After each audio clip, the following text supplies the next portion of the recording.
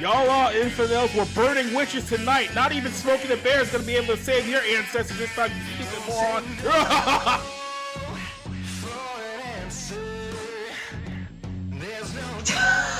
Someone in the comments picked him with a band-aid. That was good. I'm sorry, that was fucking good. Anyways.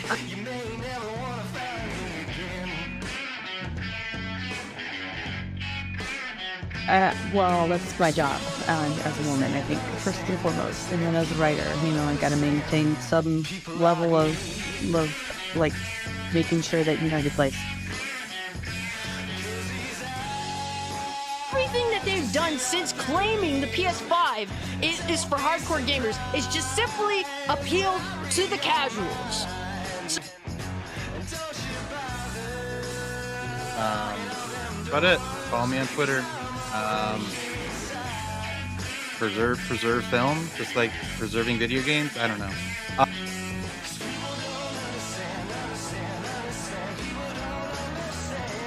Hunter! What's up? In the White House? Seriously? Well, Marvel and what Stan Lee, I think, I don't know if it was genius or laziness. It's like, we'll just put them all in one city. We won't even make up a fictionless and we'll just use new. Here the night, what you got coming up for tomorrow? I'm perfectly sober. Lies. Thank you. Are you home? Do you have children? Must not you be their hope? Are there future generations from all of us who have failed them?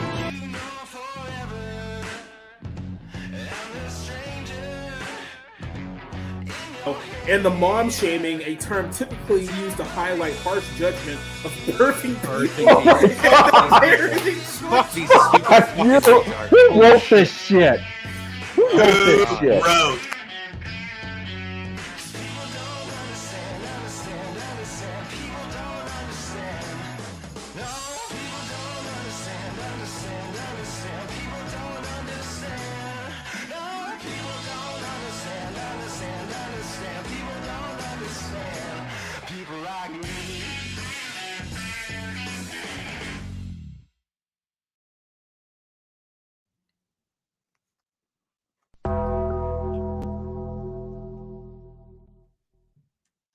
He's just so spooky, but also patriotic. I don't. This is a new fashion thing.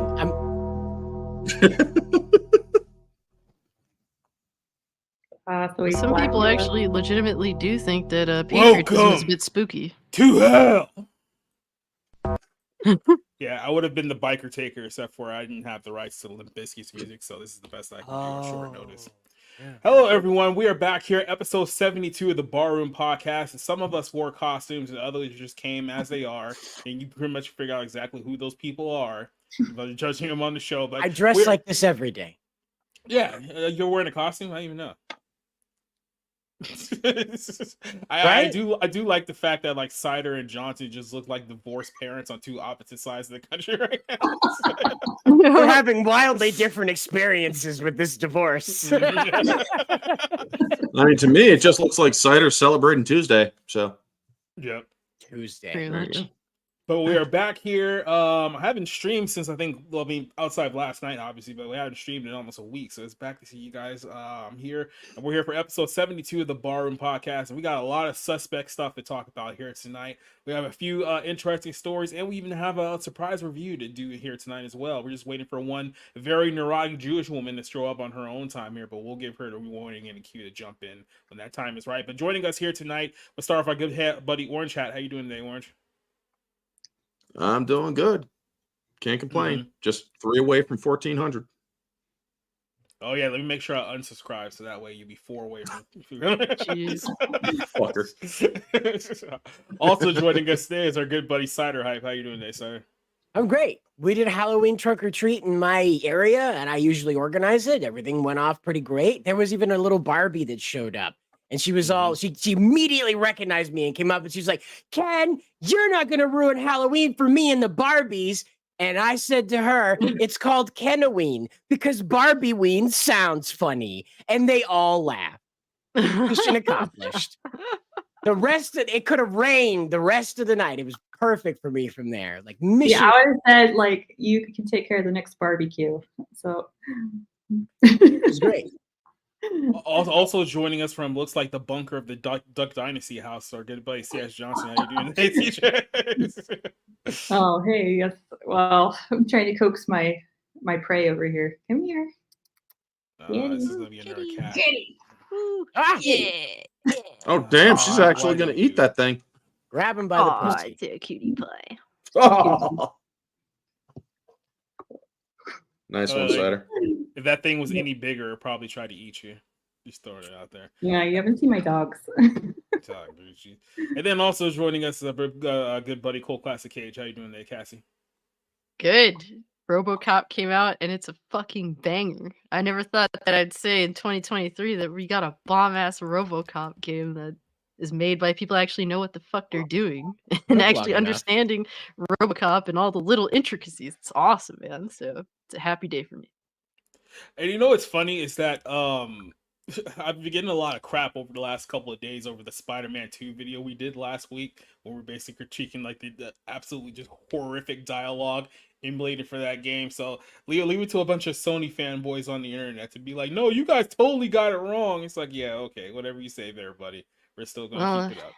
You have to understand, Sony ponies have been on their high horse from the PS4 generation. They still don't understand that you're not in the PS4 generation anymore and things have gone to shit. They don't get it. So, and this is why I just pretty much my channel is becoming slightly dedicated to just fucking with them. So.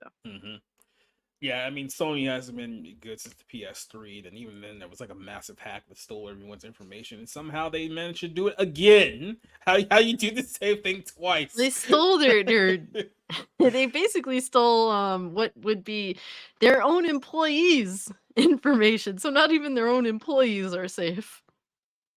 It's all just a dumpster fire at this point. But what's not a dumpster fire is our guys who are sitting with us in our chat right now. We have Leslie Tarkin saying, hail to all you lovely people joining us in the chat. Our good buddy Neozoic has a series of questions for us again, I'm pretty sure. He says, greetings, ghouls, goblins, and ghosts in the chat. Tonight, the presentation of tonight, total horror that will make your skin feeling crawled by spiders and bats, driving you to madness and insanity that you wish you didn't see or didn't hear, or unknown horrors that give you an eternal nightmare, engulfed in the darkest void of the entertainment industry, which about all the I love how you just put so much work into this, which is all about its solace as Michael Myers' eyes. Nevermore, that you and I will face the horrors of an endless narcissist, corrupted, ignorant souls that try to oversee our thoughts and minds, our masters, and controls our puppets. Yeah, there's more.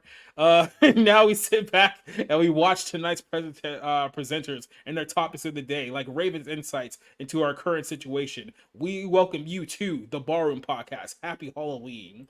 And then I think that's it. He says, seriously, everyone, howdy, everyone in the barroom. Good folks. Great reference. How you doing today, Neozoic? Who else do we have here? We have Double Fett joining us here tonight. We have Vanya joining us here tonight. DK is also joining us on a show tonight. Who else do we give a quick little shout out to? Duke Nukem, who is joining us, saying that Halloween is haram. You know what else is haram, Duke Nukem? Islam. Boom. Dunk on you. Who else do we have on our show here tonight? Leslie's digging Cider, saying that Cider is Knuff. Assalamu alaikum to Duke Nukem. We had Bonya Rad also joining us. Spider-Man 2 is a woke crap game. Yeah, there was a lot of other revelations about how they based Mary Jane off of the writer of the game and somehow made her a self-insert into the video games. Like, what are you guys even doing here at this point? The writer is apparently like an intern writer and did like wrote some of the side missions, which was very much her inserting herself into a lot of these side quests. But like everyone's doing. Yeah, I wouldn't necessarily. I mean, you can't deny that Mary Jane definitely does take some visual cues from her face, but I wouldn't jump on the train as to say it is like a deliberate self-insert. She didn't do mocap for the game. She didn't write the main story of the game, so it's kind of hard to. It may not be a self-insert, but it's wildly suspicious. We'll just put it that way. It definitely is. That's fair. to say for sure. Drax the Clown also joining us here tonight. It says, honestly, Spider-Man 2 just looks mid. I'm going to say something kind of controversial here. I wasn't really that big of a fan of the first Spider-Man game that everyone was all a fan of. So to hear that this one totally went to crap really doesn't surprise me. You can call it the amazing Spider-Man era of Spider-Man. Spencer also joining us here on Twitch. I'm surprised anyone's still joining us on Twitch. Who still uses that platform anymore? Am I right, guys? Damn. And apparently he's here on YouTube. Okay, so he's not special. Screw him. So I guess we should go ahead and start off the show pretty hot. I think I want to talk about the whole thing with the UFC and Bud Light, because this was a big story over the last week or so. If you guys hadn't heard the story, the UFC announced that their partnership with Modelo has ended and that they're going into a new partnership to have Bud Light be their #1 beer sponsor of the UFC, which means that yeah, every time you watch the UFC, you're going to see nothing but Bud Light commercials. It's going to be great. Hopefully, I can bring up that Brock Lesnar quote about Bud Light, because I think he pretty much nailed it before everyone else did. But here's the story here. Bud Light becomes the official UFC Bud Spicer amidst an Anheuser-Busch partnership. So if you guys haven't followed the story here with Bud Light, let me rewind, I guess, several months ago. The woman who was in charge of Bud Light for some weird reason decided that she needed to pander to a new audience. So she thought by pandering to this audience that she would get a whole array of beer cans dedicated to Dylan Mulvaney, who is the dude cosplaying as a woman, who is getting all these awards as a woman all over the place. And the backlash for Bud Light was massive. I mean, they took a major credibility hit over the last several months. You would go to baseball games all around the country. No one was wanting to drink Bud Light. Their sales were down. You go to grocery stores and they were trying to sell them like $5 for $10. They're so desperate to get rid of those cans. Like, it really marred their entire brand. And over the last few months, they've been trying to, I guess, retcon and try to revive their partnership and their relationship with their fan base, even though they still haven't come out and actually said that they're sorry for their previous campaign. But they figure, hey, let's team up with the UFC, and then maybe that will shape our image. So this is what happened. This is going back about a week ago now. Bud Light has been embroiled in controversy, but it's now going to be the new official beer of the UFC, replacing Modelo, which was the official beer up until this new deal got announced here. Anheuser-Busch and Bud Light were the the original beer sponsors more than 15 years ago, and I'm proud to announce that we're back in the business together. This is Dana White last Tuesday when he announced this deal. Apparently, this deal is going to be worth well over $100 million, so this is the biggest single sponsorship deal that the UFC has ever cleared. So Bud Light is playing a lot of money to the UFC in hopes that they can repair their image here. I'm telling you, man, these post-fight interviews that you're going to be seeing over the next few months are going to be absolutely hilarious if the fighters just start completely dunking on Bud Light. But since there are many reasons why I chose to go with Anheuser-Busch, and Bud Light is probably the money, let's be honest, Anna. But more importantly, it was because we felt that we were very aligned when it comes to our core values and what the UFC brand stands for. Okay, how much money did they pay you? It has to be well over $100 million for him to say that. I'm looking forward to all the incredible things that we do in the years ahead. And then the Anheuser-Busch CEO said that Busch and Bud Light have always been on the cutting edge of iconic sports moments that fans remember forever, and reuniting with the UFC is a continuation of this industry-leading legacy. He said in a press release, says, as one of the largest and longest standing sports sponsors, we're excited to work with the UFC to celebrate our passionate fans while making a positive impact in our community across America. It's like, okay, best of luck to you guys and see how this works. Clearly, there was a lot of fight fans that were very unhappy about this deal. Whether you like Modelo's beer or not, they were. I know it's rough, but whether you like Modelo's beer or not, if it was iconic, so people were clearly upset by the fact that Bud Light was trying to essentially pay their way back into the good graces of their customer base that they shunned. And Dana White even took it a step further to defend Bud Light, I should say, against people who were criticizing this whole deal from happening in the first place.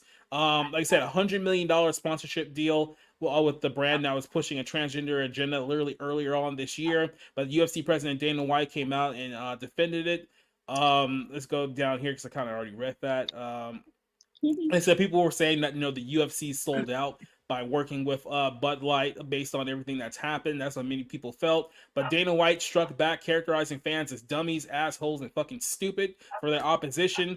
Dana White went on his power slap, which you didn't know is his slap league, which is basically just CTE for even less money. But White scoffed at the dummies who said that the new partnership is all about the money, knowing that, of course, all sponsorship deals are about money. He also blasted those who think that making a deal with Bud Light was a last resort. He thinks that it's effing stupid. They think that the Bud Light was the only brand to step up for a bid in sponsorship. Everyone on every side of this deal were involved, other beer companies and everything else. Absolutely positively know that this was not about the money for me. We're going to end up with money no matter who we ended up with. He then reiterated that he signed on with Anheuser-Busch because of the company values align with his own. So I don't know. He's really trying to sell this idea that Bud Light and the UFC had same core values and the same fan base and whatnot. Now, keep in mind, the woman who did this campaign with Dylan Mulvaney has been fired. They didn't make a big deal out of it, but they pretty much did let her go because she really did destroy the brand for months after this. But Bud Light never came out and said, yeah, you know what, that whole campaign, none of that was our bad. So a lot of people are still looking at it. It's like, well, if you guys haven't said anything about it, we're not just going to forget. But Dana White continued to go on by saying that I saw some a-hole saying the other day that, oh, it sounds like they wrote him a script on whatever they say. Nobody writes me a script. Nobody tells me what to say ever. So Dana White seems to be all in on this Bud Light sponsorship, whether the fans like it or not. And like I said, they're getting paid quite a lot of bit of money to turn the other cheek and try to forget everything that's happened over the last several months. So Cider, I'll start this one off of you. What do you think about Bud Light trying to repair its image by using the UFC as a shield? I cannot wait until Dylan Mulvaney is the prize girl. When they finish beating each other into a bloody pulp, Dylan walks over and poses next to the fighter and hands him his check. You know, it's gonna be great. It's gonna be real great. You know what's gonna happen. You know as well as I do. They're gonna march a tranny out there one of these times, and that's all it's gonna take is one. And then UFC is not gonna be a thing anymore. He's playing. It will such kill a it dangerous game. immediately. Exactly. He's playing such a dangerous game with his brand right now. If they march out one, I don't even know, like if a lesbian went out there, it might even torch it. I don't know, man. Like people are really touchy with this brand right now. Bud Light lied to people. That's what they did with Dylan. When they didn't back out of it immediately, declare it sanctimonious and send everybody involved out on a plank, they immediately became like comfortable with it. And mark my words, Dylan Mulvaney will find his way back into that whole limelight with them again. He's become a superstar. He had what's her face on her knees on her talk show in front of him, begging his forgiveness over something. And it's crazy. And this guy is going to find his way in a bikini into a fight ring with the Irish guy that punches everybody because he's Irish. Yeah. And you wait. He's going to be paid not to deck Dylan. Well, I was going to say that would get like that's just a PR nightmare just waiting to happen when it comes down to it. Keep in mind, like the UFC, like the reason why their brand is so popular because they're pretty much the only sports league that's standing up against a lot of like this wokeification of sports all around the board. Like he's the one guy that stands up to this, but you also have to look at the fact that a lot of his partners in the UFC right now are not exactly on the side of his target audience at this point. I mean, they're owned by Endeavor, which is pretty much the second biggest Hollywood agency in the game right now. Their television partner is Disney on ESPN, and now they're getting in the bed with Bud Light as well. So it's like you start letting in all the wolves. It's only a matter of time before the UFC that we all know and love no longer looks like the UFC that we all know and love anymore. I mean, you take Dana White out of that picture, I mean, then what are you going to have with the current UFC? I mean, they're already struggling trying to find new stars because look, Conor McGregor is out there doing cocaine and sleeping with hookers in like France and stuff like that. Israel Adesanya just got wrecked, and he was their biggest draw up until a couple of months ago. They don't have any big names that really carry them anymore. It's pretty much the brand right now. Isn't Bellator going out of business, though?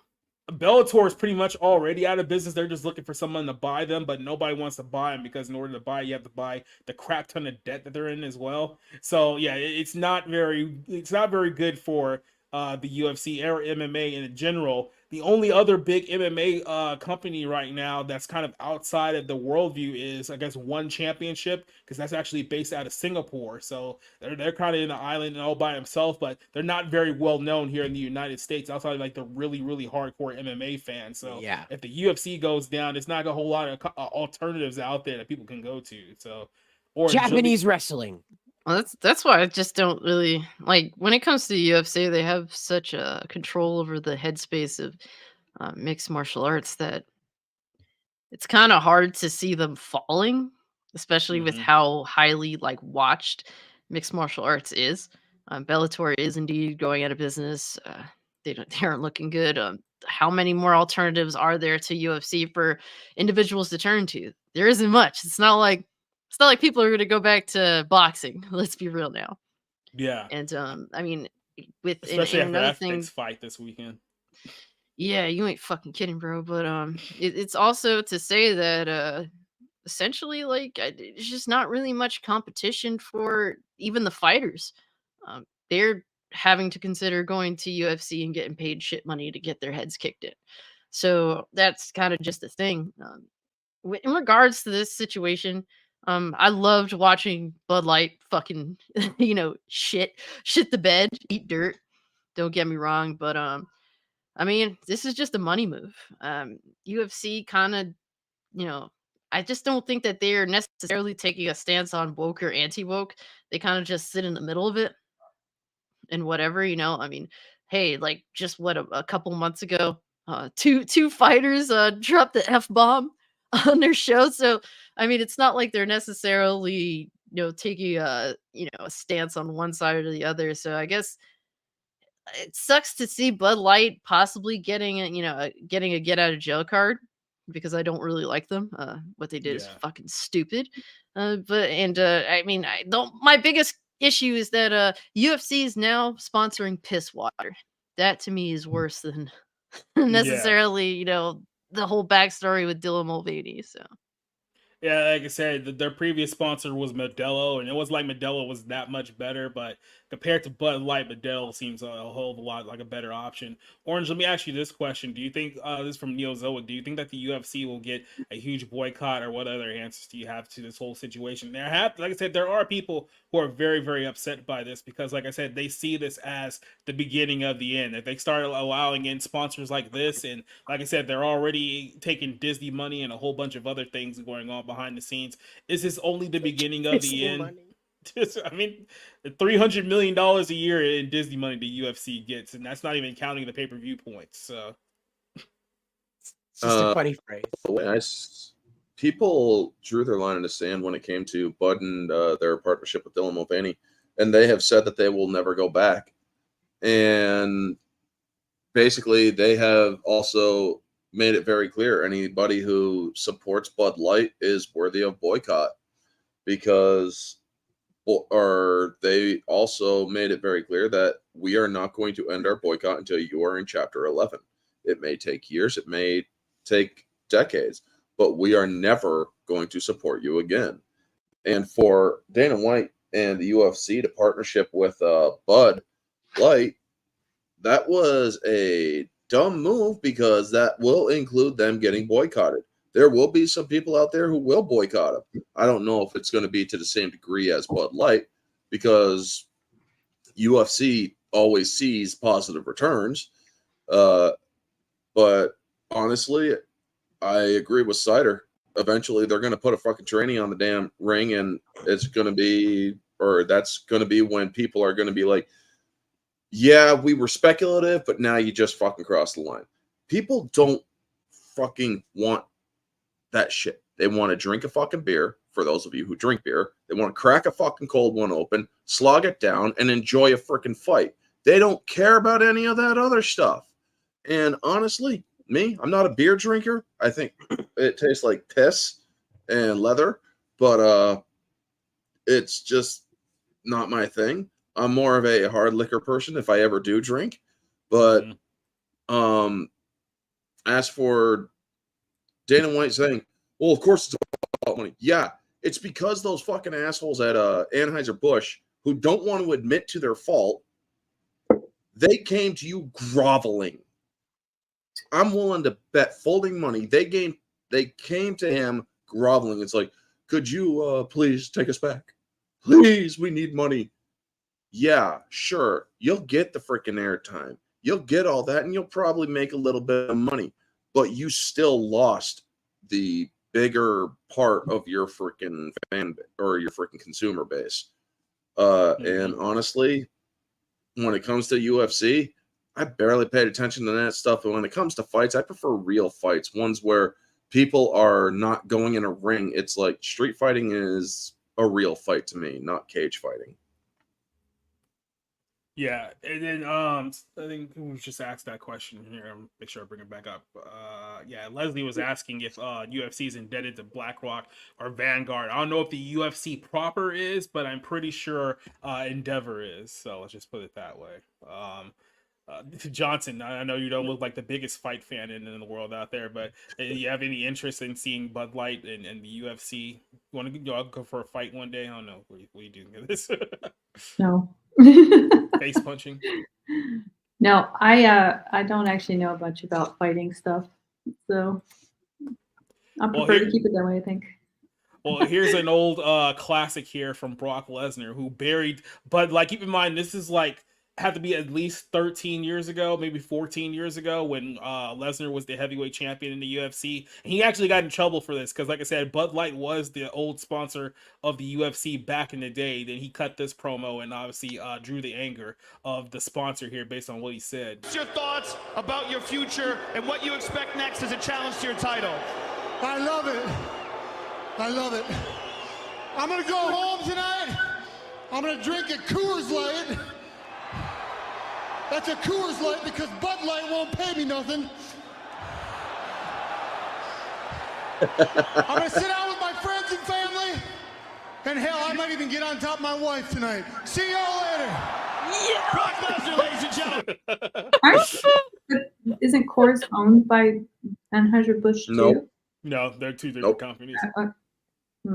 Okay. Yeah. Remember apparently Joe Rogan had hair? No, yeah, that was a long time ago. That was way back. Remember when Dana White had hair? You go back even further than that. Wow, yeah. Yeah, you have to go back to like the early UFC days, like 2003, to remember Dana White with hair. But those pictures do exist. But... Spike TV days. Yep. But Brock Lesnar did talk about after the fact how apparently Dana White was very pissed after that interview because apparently you're not supposed to insult the sponsors of the show. So that was the one sticking point about him. Of course, some of the people talk about, oh, he talked about getting on top of his wife. Dana was more pissed about the money than anything that he said about his own wife. So. Yeah, I mean, look, when it comes to this whole thing with the UFC and Bud Light, it's clear to everyone that this is a desperate attempt to repair Bud Light's image. They think that, hey, look, we need to get back to our core base, which is basically the fan base of the UFC. So, hey, let's come back together and pretend like everything's okay. Because remember, it was only like right after the Dylan Mulvaney stuff that Bud Light started doing these all-American commercials where they were showing like truckers and bikers and the American flag in the background. It's like, see, guys, we can play both sides. And people were like, no, absolutely not. And look, all Bud Light had to do was come back a few months ago when they fired that chick and be like, yeah, you know what, that whole ad campaign, we shouldn't have done that. That was our bad. And we could have moved away from this months ago. But they didn't want to take the public L of, hey, we screwed up. So they just been trying to like essentially like float above water throughout this entire time. It's like, dude, just come out and say that you were sorry. And just come out and say you screwed up so everyone could just move on from this. Like, sure, there'll probably be people who are still be pissed off, but at least you won't still have this whole thing like hanging over your head anymore. So seriously, the biggest thing that this is telling us right here, right now, is that even after losing 90% of their stock value, Bud Light still fears the woke mob more than their own consumers. Yep. Still. Yep. Sure. Like, it's the whole thing with their bottom line. They're more afraid of their money than anything else. And look, we can all agree that I don't think that Bud Light thought that whole campaign would have blown up in their face the way that it did. And it was an epic blow up. But like I said, you can't go from a blow up that bad and then try to like walk away from it like nobody noticed, right? It's almost like, have any of you guys see that show on Netflix, I Think You Should Leave? With what's his name? It's a very, very hilarious show. Remember the hot dog skit where he literally drives the car into like the little boutique shop wearing a hot dog suit, and then he tries to pretend like it wasn't him. Like essentially, that's what they're doing. Like, this whole thing. Exactly. Like with the hot dog suit. That's the thing. They have the hot dog suit on. You know. But this is the larger scope you're looking at this when you zoom out back from this fiasco with UFC. Okay. Yeah. The larger picture you're looking at is you're looking at this company still trying to sell you something you don't want. It's trying to sell you an agenda still when they could have just easily have done a commercial. They didn't have to make a statement. They could have had a commercial come out where Dylan Mulvaney's commercial is, and he's doing the thing with the beer. And you just have a guy who's like, just Joe Sixpack sitting in the living room going, what the hell is this? Click. And he goes to another Bud Light ad, one with the licensing on it, because Dylan's didn't. Dylan was just in his Instagram thing. That's it. So you have a licensed Bud Light logo in the corner of like a NASCAR thing. Like they're interviewing the NASCAR guy. And he's like, man, I love Bud Light. He just pours it over his head. Whatever. Right? That's all they had to do. But they couldn't even bring themselves to dismiss Dylan Mulvaney's presence in their brand. They couldn't even do that. Not even excoriate him, not send him to hell. They couldn't even dismiss that event happening. Yep, that's what it is. That's what business comes down to at the end of the day. So, any final thoughts on this topic before we move on here? I don't drink beer and I don't watch fights, so I gave my thoughts on how Anheuser-Busch could have easily freaking did this in a short. It's basically just admit that you kind of screwed up, apologize publicly, and well, you should have freaking called out Dylan because they're fake trans. Now they're getting the bottom surgery because they got called out for being it. Because here's the thing, Dylan bottom surgery only started doing the trans thing because that was the trending thing at the time. He was always going on TikTok trying to find the right trending topic and tried all of them, was getting clicks, then they declined, getting clicks, then they declined. So it's like, okay, then I'm trans. And all of a sudden, he blew up all over freaking TikTok. And, well, now he has no choice but to go through with it. So, well, good on you. Just because you chopped your dick off doesn't make you a woman. We'll see if anything comes of that, because even our beloved Caitlyn Jenner, who won Woman of the Year back in ye olde times, still has not Johnsoned. So let's just no offense, no offense, C.S. Johnson. That was a different. Sorry, I forgot. I did not insinuate a divorce. I was talking about a depenising, a deweaning, if you will. Oh, that makes it better. Yeah. Well, clarify. You know, de-dicking, right? But that, see, again, like this, I doubt that's going to happen to Dylan. Dylan put on a dress and became famous. That was it. That's literally all he did. It was the wig that came after. It was all the other stuff. Apparently, thanks to Dylan, we now have to deal with birthing people as a statement. Because if you recall, he's the one who started the argument over women being the only ones who can have babies or not. You remember? It was with that bulge argument he started about somebody getting sassy with him about having an erection at the grocery store. Gee, I wonder why they'd have a problem with that, Dylan. I think we should announce our new sponsor, Dicks Be Gone.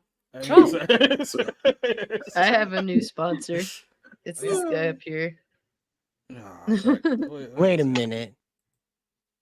That's the stabby kind of sponsor. Hey, the man is here for Halloween, baby. Halloween night. I apologize on behalf of the Barroom Podcast. Unlike Bud Light, who can't apologize for anything in there. Read that. Read it. I can't read it. It says like bite me or something. Can't fucking read. That's you. That's you. See, he's blinded by the patriotism. See? Yeah. Can't see. Well, let's go on to another suspect story here. Has anyone followed this whole Dwight Howard situation over the course of the last couple of weeks? So, Dwight Howard got exposed for being a little zesty. Let's just call it that way. Look, when it comes to Dwight Howard,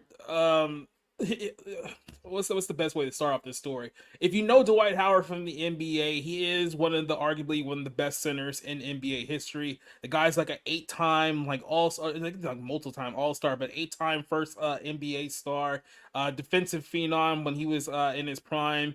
I mean, the guy played for like the Orlando Magic. He was in Houston for a while. No, he was in Orlando. He played for 7 teams. He finally won his first championship in 2020 with the Los Angeles Lakers. Now, you can say that the bubble championship doesn't count, but whatever the case is, he's currently playing in Taiwan. I think it's going to make sense as we talk about the story even more now, but he's been talking about trying to get back into the NBA. He thinks that he gets one more NBA season left in him. He's been talking about having the Orlando Magic retire his jersey. He wants to retire with the Orlando Magic.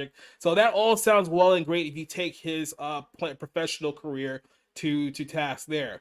When it comes to his personal life, it's a completely different situation. There's been rumors for many, many years that Dwight Howard lets to play for the other team, let's just put it that way. Nothing has truly been confirmed, but there's been a few people who have had stories with sizable evidence saying that, he's been on the down low for quite some time. Well, now Dwight Howard is being sued for sexual assault by another man, and due to the details of this story, he essentially had to come out and admit to the fact that he has had past sexual relations with men, and the story is going to get arguably worse here, which is the great point to jump in our good buddy Rick here, because you're really going to want to hear this story here, Rick. Why did I get dragged into this particular story? So, Dwight Howard, a cross-dressing man named Kitty is now the key witness in a Dwight Howard sexual assault lawsuit. So, whoa. A cross-dressing cat, a cat man? Oh, Cider, whatever you're thinking of, the story's going to get far worse than what's ever in your mind at this very moment here. So, this is what happened. Former NBA star Dwight Howard is being sued by a man named Stephen Harper, who claims that Howard sexually assaulted him and forced him into a threesome with a transgender person in his home in Georgia. So here's kind of the setup of this whole story. Dwight Howard's attorney has now said a cross-dressing man named Kitty is now going to be the key witness in this case, because apparently Kitty was involved when the sexual assault actually happened. And you guys are thinking, how do we get to this story? Well, here's the story explains. The lawsuit claims that Howard and Harper met. It's when Harper sent his phone number to Howard in a direct message on Instagram of May 2021. So Howard has been in trouble in the past of sending his personal information to men and transsexual men for hookups on the internet over the last few years. We'll talk about that here in a second. But the court documents obtained by Radar Online says that Howard does admit that messaging Harper between May and July of 2021. Of those messages, several included sexually explicit content, such as photographs and videos of both men. Howard admitted that Harper visited his home in July 2021. During that visit, Howard admits that the two men engaged in consensual kissing for about 40 minutes. And yeah, if you're kissing for 40 minutes, you're doing something wrong. So we know that's a lie right off the bat. Harper says that at some point thereafter, Howard left the room and returned and introduced him to a man calling himself Kitty.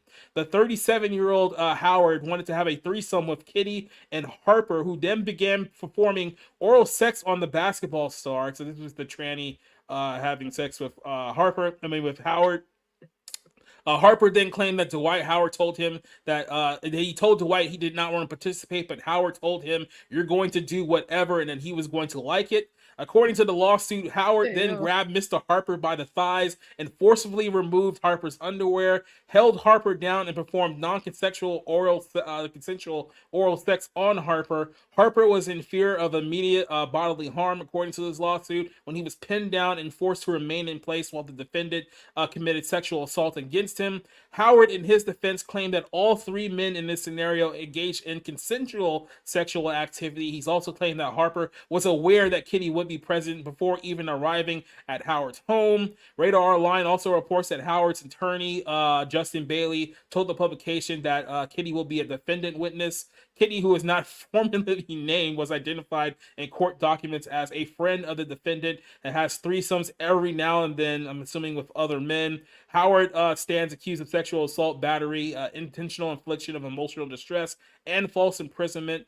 He asked the court to throw away the Harper lawsuit. Now, the details of this whole thing went viral last week. Now everyone knows everything. So Howard is not denying to having a threesome with these people. He's just claiming that everything that happened was consensual, that it wasn't any kind of sexual assault scenario whatsoever. Harper is claiming that he was essentially pressured into being in a three-way with a 7-foot basketball player and a transsexual man named Kitty.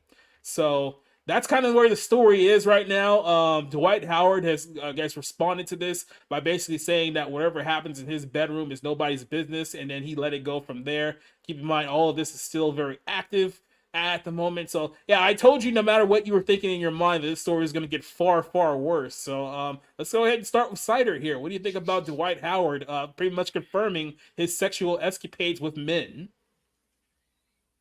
Why deny it in the first place? Right? Like I understand like if it was the 90s, yeah. But like past 2005, you know, you don't really need to deny it anymore. You know, past 2005, you don't need to deny it anymore. It's a thing. He would have been a hero. I've heard that he's actually even sued people in order to like cover his ass. I wonder metaphorically why or you have to literally? do that. Both. So now you have like this scandal thing that's been cranked up to 11 for this guy, right? Because as we know, when you keep secrets, the intensity around that goes up and up and up. It's what drives all these people in power nuts, is all the secrets they get to keep from us and things like that. Makes them power mad. So this is what happened to this guy. Do I doubt that Harper got raped by him? No. As I'm listening to how this is described, yeah, I'd be scared as shit if a 7-foot man just fucking pinned me down and started sucker fishing on my man parts. Hell yes, I'd be petrified. I would have my hands up. I'd be screaming, but I don't know if I'd be able to struggle much. You just think about it. I'm 5'7", okay? That guy is like 2 people, almost a whole other person. He's an Oompa Loompa taller than me, okay? At least. For the record, I will say this. I met Dwight Howard once in Atlanta. This is probably like 2010-ish. He was standing outside of a shoe store that's right across from Georgia State. If you guys are in the Atlanta area, you know exactly where this is. Let me tell you, he is legit 7 feet tall. Like, there's just no work. There's no work height when it comes to him whatsoever. So, irregardless of whatever the fuck Kitty's up to, you have a 7-foot tall man on you, okay? That is terrifying in and of itself, let alone the act he's performing, okay? So I 100% believe Harper on this. The crazier it got, the more real it got for me. I totally believe this guy. This fellow went nuts with power, and that's what you saw or heard about. Yeah, and I have to play another video here, which goes perfect to this whole situation. But I want to get Rick's thoughts on this situation running in. No whatsoever. Rick, what do you giant think about gay rape, Rick? Huh? Yeah, what do you think about Dwight Howard being a 7-foot power bottom? Like, what is this? Holy shit! Yo. I have no idea who any of these people are. I mean, I think I have to go out and vomit again. Excuse me. I'm getting lost between Howard and Harper because they both start with H's. It sounds like a law firm. Yeah, I'm trying to figure it out. And then you've got Kitty, not to be confused with Kitty Dukakis, who was the wife of the former governor. I don't know what to say. I agree with Cider. I'd be terrified if a 7-foot man, because I'm also 5'7". I'd be terrified of a 7-foot man. But why would I go? Why would I agree to go to this person's house at all? Because it's Dwight Howard. He's a NBA all-star. Yeah, who's probably a multi-millionaire. But there's a thing. I don't know who this person is, so I wouldn't go. So there's another added story onto this. About several years ago, maybe about 4 or 5 years ago, there was this another person who was a transsexual man who was going around telling people that apparently he had sex with Dwight Howard as well, and that he has messages, pictures, and voicemails confirming essentially a relationship between the two, and he apparently Howard likes to do stuff from his official social media accounts, because he had, like I said, voicemails and photos and stuff like that, all exposing it. This was several years ago, so this was like the first indication that Dwight Howard was into some very, very sus things. So this is not even the first time that we've heard about this. But he could hire like a male companion, couldn't he? I mean, he could afford it. Keep a rent boy somewhere in. Apparently, he did. His name's Kitty. Well, clearly this dude. I'd faint. Dude That would be my answer. I'd faint. Well, Dwight Howard is clearly a delinquent, a sexual fucking insane person. So I don't think that one person is going to do it for this individual. He's clearly into some really weird shit, and and he was trying to hide it for all this long, and in doing that, his chickens are coming home to roost. Now, wasn't there a basketball player who did come out like in his final season or seasons? Where I was like, it had to be something like a decade ago, or maybe even longer than that. Well, there was one basketball player who had come out, and, he was featured on magazine covers. I don't know, because I don't follow basketball. So there was one. Yeah. This wasn't Dwight Howard. He could have come out, and he probably would have been celebrated and feted and held up as an icon, even though nobody really, outside of basketball knows who he is. But now he's involved in these rather sordid sexcapades with kittens and all sorts of things. Put it to you this way: he's currently playing basketball in Taiwan. I'll let you guys. Oh no! Was he part of that basketball team in Joyride that was involved in all sorts of the sex? No, that was a completely different player. Oh, and if it was, there would be more dudes. That's all I have to say here. I mean, I'll say this too, because Cassie hit on something here about Dwight Howard being a sexual delinquent. If we're being very, very honest with ourselves here, the overwhelming majority of NBA players are sexual delinquents. Some of them are in the closet sleeping with other dudes, but even the ones who aren't sleeping with other dudes are going around from town to town having sex with strippers and Instagram models. And if you remember, the other big story this summer was that Zion, who's a current NBA All-Star for the New Orleans Pelicans, he, I guess, got exposed for getting a porn star pregnant and then marrying another Instagram model. And then there was a whole love triangle between those two, admitted to the fact that, he was knocking up porn stars and stuff like that. You had Ja Morant, who was exposed earlier this summer for spending like almost $500,000 at a strip club, and he had photos and pictures of himself with strippers and stuff like that. So when it comes to sexual deviancy, the NBA is the absolute worst of the worst when it comes to that out of all the major sports. I mean, half the NBA is pretty much like the ex-boyfriend of like all the Kardashians at this point. I mean, there's absolutely no sense of purity, or like the NBA is just full of sexual immorality, and that's just the way that the league is. So but whether it's men or whether it's women, it's just all across the board in that league. But it's interesting that this is the league that is the most what we call woke. They're the ones who were down kneeling, and no pun intended, they were kneeling during the Black Lives Matter protests, and they were telling us how racist we were and how they, despite making millions of dollars, needed reparations to make up for the centuries and millennia the United States established slavery. So I'm puzzled as to why our moral superiors, like Mr. Howard, are now cavorting with kittens. Mm-hmm. Kitties, I guess I could say. Oh, kitty, kittens. Whatever. Oh, that's how they're going then orange.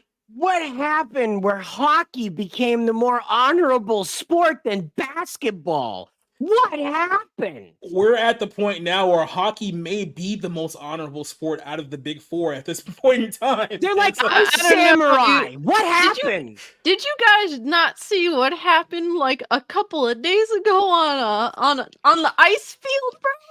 Well, let's just put it this way: this wouldn't be the first murder in the Dude NBA died. either. So was it a gay lover spat and somebody did? Oh, guy got his neck slashed. It was like it was basically a super kick with the skate to someone's neck. Yeah. And that's then pretty he died. normal. Yeah, his throat got slashed. Yeah. You spend enough time in the North, Cassie, you get used to hearing about this stuff all the time. That just, ice skaters are like worse than like having a blender out on the rink, right? You'd be safer having that sword machine that those guys train with in Demon Slayer. Remember the sword machine? I saw that. Yeah. Yeah, you get an ice skater out there, man. You got to give them like 10 feet of distance because, like, at any second they're gonna shoot off, and that's eye level, like, right by your face. But I'm puzzled because Cassie is in Pennsylvania. For me, Texan, that is up north. So I don't know how far north you want to go. Well, to an Ecuador in Europe north. Oh well, true. My thoughts on this whole thing. I mean, if this dude likes to get his backboard blitzed, that's his business. But I mean, get it slammed. That's good. Yeah. But if he's going to look to freaking do a slam dunk on other people's backboards, well, then yeah, consent matters, man. However, it's the NBA. I haven't watched the NBA since NBA Jam was a thing and the Super Nintendo. So I really have no interest in it. I mean, it's like, dude, if you want to go bounce your balls on another dude, that's your business. But make sure it's consensual. Otherwise, just take a timeout and hit the showers.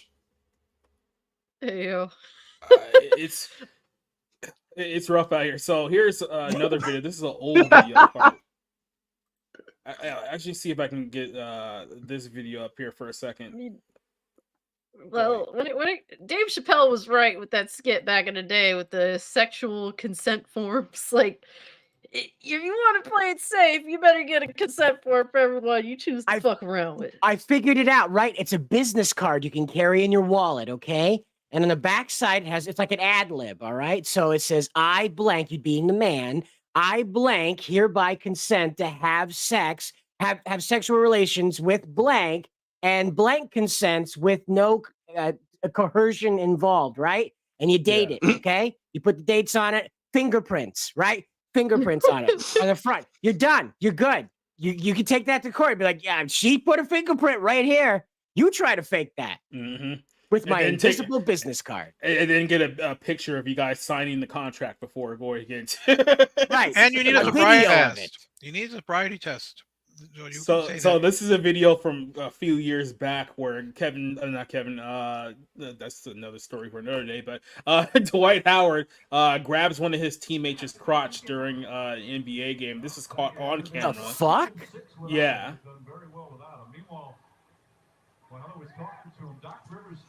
And right there. Whoa! Yeah. Dude. Hand in the cookie jar. Yeah. If He you just lost his balance. He just lost his balance. Okay, Graduated full from seriousness. Full seriousness. If a dude is going after my junk, I'll go after theirs, but I'm not going to stop until I hear the pop, because you don't sexually or you don't freaking sexually harass me without without losing something of yourself, man. Like I said, this has been going on with the NBA for you. I can play you guys like several videos and pictures of just very, very suspect stuff going on in the NBA now. I mean, you have to say suspect because it's like allegedly. There's no allegedly. Yeah, gotta have that legal disclaimer. No, you need the wiener alleged. schnitzel. You need the alleged. You need the alleged. I mean, look, man, I guess it's fair to say that Magic Johnson isn't the only basketball player with AIDS, huh? Oh nope. I mean, like, apparently. Did you see the size of that guy, though? He is like 7 feet tall. He looked like a teacher walking among first graders. I mean, in his prime, in his prime, Dwight Howard was like 7 foot tall, maybe like 250, 260, somewhere like that. So he's a big, big dude. Like, this ain't a small dude, like, whatsoever. Yeah. Right. Now, you remember that time Terry Crews came out and talked about the Me Too thing and they laughed him off stage, right? Because he thought they were real serious about this Me Too thing and they laughed him out of Ellen DeGeneres. When he told him about the gay mafia, they walks up to him and just grabs his dick in front of his wife. Remember that, right? Mm-hmm. So this guy is where he gets that from. This is the guy that's part of that. Just walks right up to you. This is front row in front of the cameras. Then he grabbed the whole of that man's Wiener Schnitzel. In LA. Yeah, I wanted to play this video just real quick because this is. Oh boy, here we go. If you guys remember, '90s rapper Mace and Cameron apparently have a sports show, and they talked about this whole situation. I just thought this entire take was very, very hilarious. So I wanted to play basically his thoughts on the whole Dwight Howard situation. So here we go.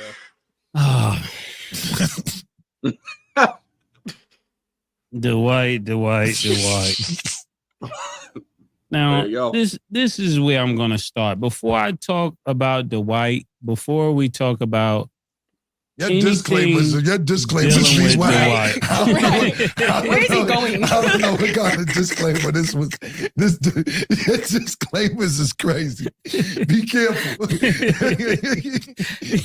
Yo, let me tell you something, ladies and gentlemen. We got to stop telling people, I don't care what you do on your own time. Because we do care. Cam is lying if he tell you, I don't care what you do on your own time. And then Stat follows up. And women, you got to stop. For real, put the camera on me. For real. We got to stop telling niggas what you do in your own personal time has nothing to do with me. It does, my nigga. If you call, come on, man. Yeah, it does matter. It does matter. Those are the lies that are going on in society.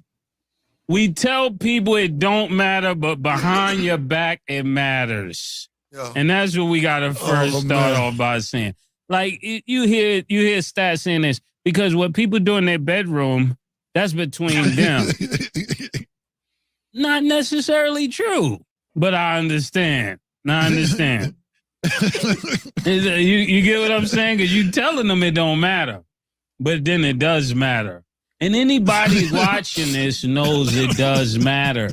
Even to people that participate, it matters. Because people will say, oh, it don't matter. And as soon as they find out, they're outing them, so it matters. You know, and when it comes down to making money off the story, it matters.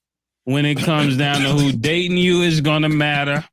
When it comes down to if we're going to look at Cam, but it's good the camera on Cam. When it comes down to if you're going to be in the locker room with them, it matters. Because there's about 30 teams that did not sign Dwight Howard because it matters. So let's dispel that. That's the first thing we got to dispel. The second thing is that is consensual.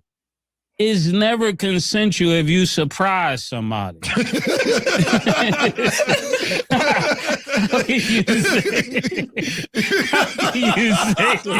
it's consensual? It's a surprise.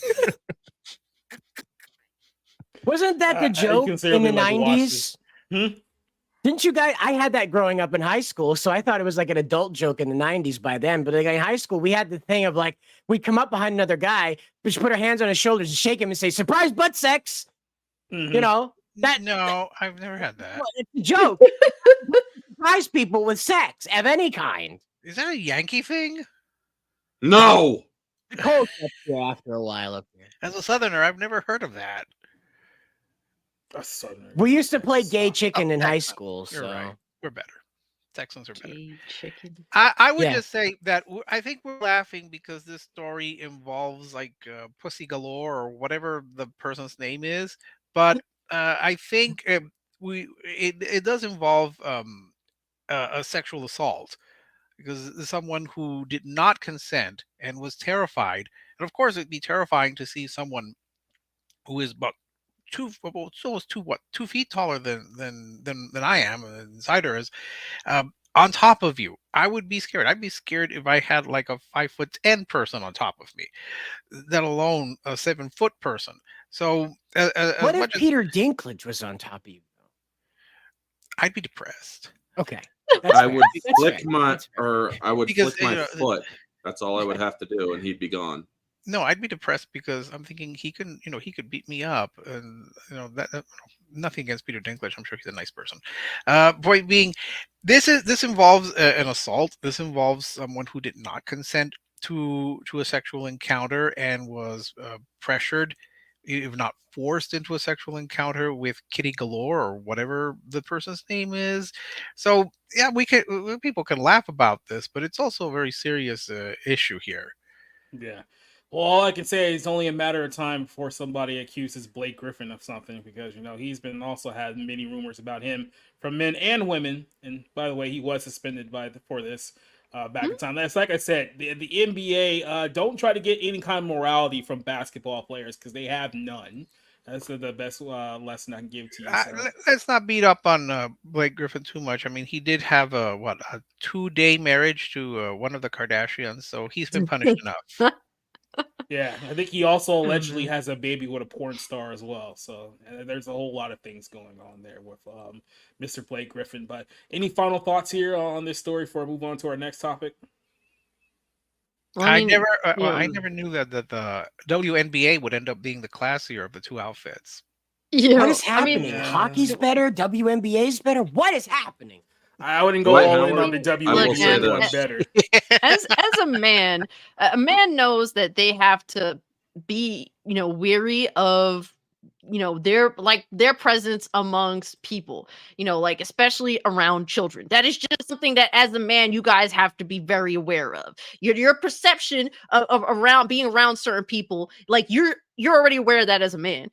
Now, when it comes to being as fucking big as Dwight Howard is, people are genuinely intimidated by a motherfucker that is that big. Not all people, but there are a lot of people that are genuinely intimidated by that. He, as a man, should understand that general perception because of what comes with being a man, and he should definitely be more cautious with it. Clearly, this dude feels as though he could just be out there doing all this shit so boldly in front of the fucking cameras. So it's like, if he could think he could just grab another dude's junk in front of a fucking NBA camera, it's no big deal, then I can only imagine the shit that he does when he thinks that he is in the confines of privacy. So it is you brought this shit upon yourself because you're very loose with how you choose to act, and it's gonna come back to get you eventually, and he deserves it for acting so foolish.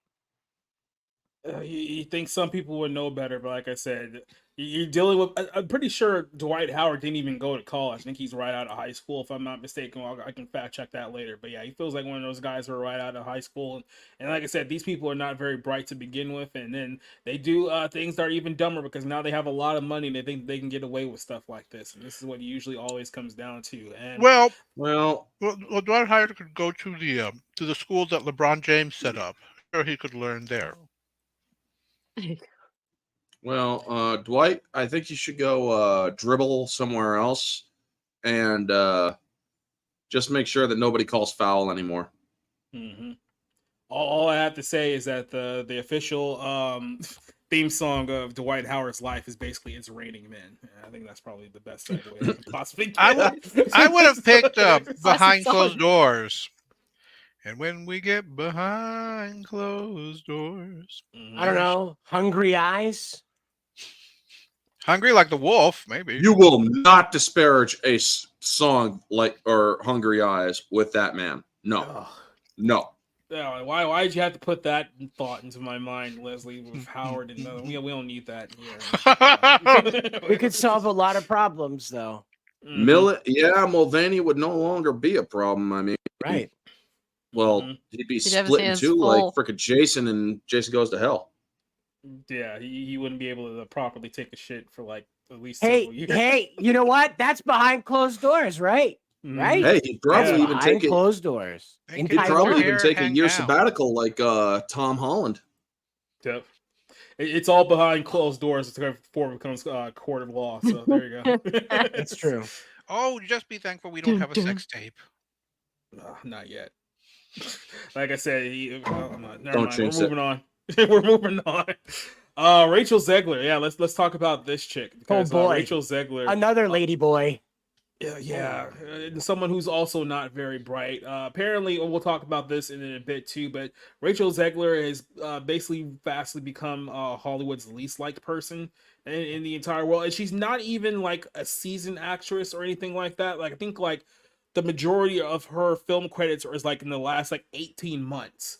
But she's been given this big push in Hollywood. She's starring in the Hunger Games prequel, which comes out next month. She's also starring in Snow White, which unironically got pushed back to 2025 because it already looks absolutely horrendous, even though they tried to hype people up with like a little teaser trailer. It's like, that's exactly what you do. You give people a teaser trailer, then you tell people, okay, we're pushing the movie back another year because everything's going fine behind the scenes here. But she made a couple of dumb comments over the course of the last week or so. A shocker. At first, she claimed that the Hunger Games was the first story to depict a female character that was anti-establishment and anti-government. So essentially, she took Jennifer Lawrence's lie that she said earlier this year about Katniss Everdeen being the first female action hero, and someone took it a step further than that. So this is how easy lies fly in Hollywood these days. But so I'm guessing that, you know, this whole Hunger Games prequel is going to have a very feminist bent to it. This is supposed to be a prequel about how, what's his name, Snow became the dictator that he was, and it's going to be some kind of like a sappy love story. It already just sounds terrible just from what I'm saying here. But she admitted in an interview that this story is going to be about this character's sexuality because that's what separates her journey from Katniss's. So just be prepared for Pornhub to replace the Disney logo, Disney Plus logo with their logo and repost it. So yeah, that's exactly what we need. Something tied to carpet munching in the Hunger Games. So that's exactly what we need much worse than that, I guarantee you. Remember all the crazy animals they'd created? Oh, you can bet she's going to have all kinds of strange boyfriends on her way to the capital. The Hunger Games had that love triangle with her, with Katniss, Peeta, and Liam Hemsworth person. So, Brandon. Like, whatever. And no one cared then. So, I don't even remember Liam Hemsworth's character at all. Yeah, I don't.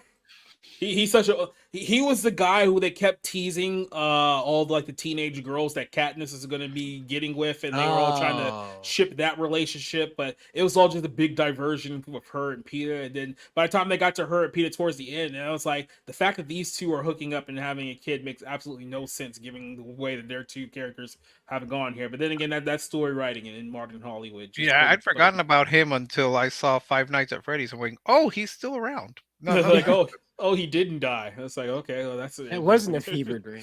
Yeah. But Zegler here in a pre-recorded promotional about the Hunger Games, the Ballad of the Songbirds, which I'm assuming they're going to try to take a trilogy out of this too. But she elaborated by saying that, you know, God, I got only like the first 5 words and I already know this is going to be a headache to read. But she says, you know, it was like she was really Susan, who was the first to write this, the young woman who was anti-establishment, anti-government, and really standing up for what's right in a really unconventional way without an air of sweetness. There's nothing cordial about her either. She's very tough around the edges, and it was amazing to read that. Ironically, Zegler's comics comes similar to Jennifer Lawrence. Yeah, we already mentioned that whole thing with Viola Davis and that nonsense. But and then Zegler went on to comment about Collins being the first person to write about young women being anti-government and anti-establishment, because apparently this whole thing started in like 2009. But yeah, George Lucas wrote Princess Leia back in like the 1970s, like going back, and there's obviously and who the fuck is Ayn Rand? Huh? Yeah. Oh, well, no, you can't talk about Iran. She doesn't have the right politics, right? So we can't do that. That's right. She had a very interesting sex life. Mm-hmm. But that it'll. Did you ever see The Passion of Ayn Rand? No. No. It's good. Oh. Anyway, so then Rachel Zegler tried to, I guess, downplay the backlash she's been receiving for very, very stupid comments by saying that she's receiving the backlash for being outspoken. So we know she said numerous dumb things over the course of the last few months, which is really the whole reason why there's any actual buzz about Snow White, because she keeps saying really stupid stuff that is turning away families and audiences. Remember, she was the one that came out and said that that what was it, that Snow White was not going to be about, you know, the prince, and it's going to be more about her story and things like that. And the lead up to that is what caused a lot of people to be like, okay, then I want nothing to do with this film. But she went on to say at the Trailblazers for Latino Power List in 2023, this was an event, I guess, but she went on to inform the outlet that it was an honor to be recognized in a way that both celebrates our heritage and lifts up the contributions we all make in the industry, where she could be particularly hard for us to be seen in a meaningful way. So basically the same thing every actress says whenever they're talking about race in Hollywood. She said, I still don't think I'm quite ready for the life that I have, despite being extremely grateful for it and given the opportunity it's brought to me. She says that 2 young Latino performers coming up in the industry, I will tell them that they're worth it. I will make sure that they are allowed and have seats at the table that they deserve to be at. Now, keep in mind, this is coming from a woman who, I have to bring up her actual acting credits here. Let me see if I can pop this over real quick. Like I said, she's literally been an absolutely nothing that of note that I can think of here. Let me just go here. So here's her credits to this point. The only movie she's ever been in was West Side Story, a movie that bombed 2 years ago, and Shazam 2, a movie that bombed earlier this year. Now she has 4 movies in development right now. One of them, The Hunger Games, is going to be out next month, and all these other movies won't be seen for another several years. But that's her entire acting credit right now, or those 2 films, which are objectively horrible movies. And she's coming out as if somehow she's has any place in Hollywood to have any kind of ego whatsoever, because she's a young, quote unquote, Latinx woman who is somehow bucking the system or sort of nonsense like this. Like, this is the most delusional woman in Hollywood. But then again, Hollywood loves women like her because she's young, she's dumb, she doesn't know what she's talking about, and she'll say anything that the machine wants her to say. And that's exactly the type of people that Hollywood promotes and Hollywood wants in the first place. And oh, joy for everyone. Apparently, there's been an interim agreement with SAG to give Zegler an opportunity to promote her film, which comes out in a couple of weeks. So apparently, despite the fact that the actors are on strike, they're going to allow Zegler to be the face of the promotion of this movie, which I'm sure is going to put butts in seats here in a couple of weeks. So I'll start here with Cassie, since we're all on Latino pride here for the moment. What do you think about Rachel Zegler being young, dumb, and just won't shut the hell up? It's I look at her and say, this is the type of Hispanic woman that I definitely do not want to fucking be. It's just obnoxious. I mean, she, you know, they can't wait to give her the mic because she's always going to talk out of her fucking ass, and that's really what it boils down to. She has nothing of worth to offer the industry thus far, yet she has this giant fucking chip on her shoulder. Really, it's just annoying.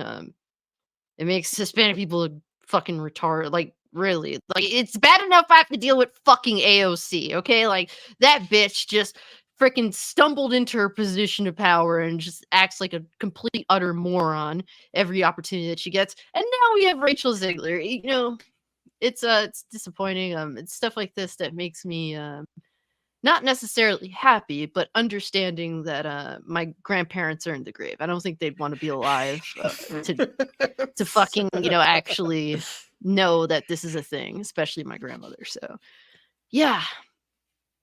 Yeah, by the way, the early projections for Hunger Games is going to be, as of right now, the lowest projected grossing Hunger Games movie out of the 4 that was released before this. So it's not even tracking very well. And like I said, this woman, she's not a star. Like, that's the crazy thing.